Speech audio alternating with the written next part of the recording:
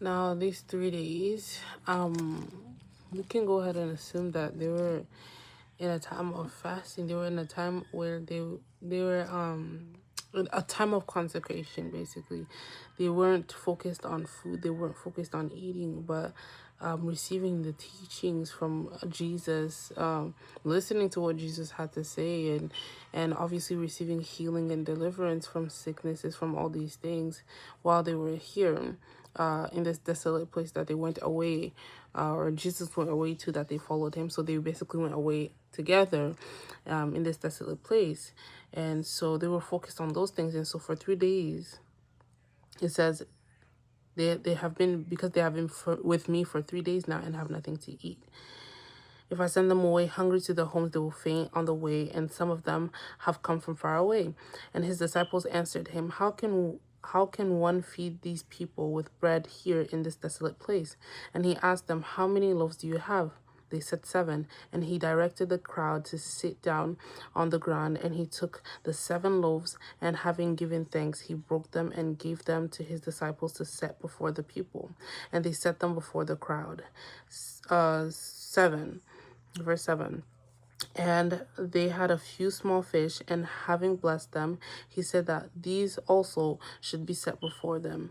Verse 8. And they ate and were satisfied. And they took up the broken pieces left over, 7 baskets full. Verse 9. And there were about 4,000 people, and he sent them away. Verse 10. And immediately he got into the boat with his disciples and went to the district of Dalmanutha.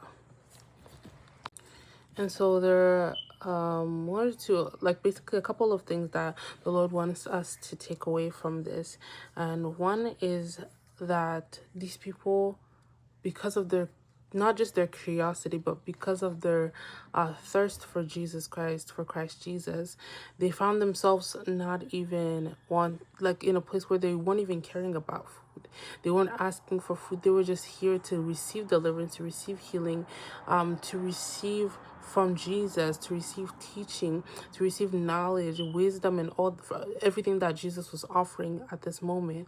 And so it's also important for us as children of God, as disciples of Jesus, because they were not yet disciples. They were just curious. They were just thirsty. They just wanted to know.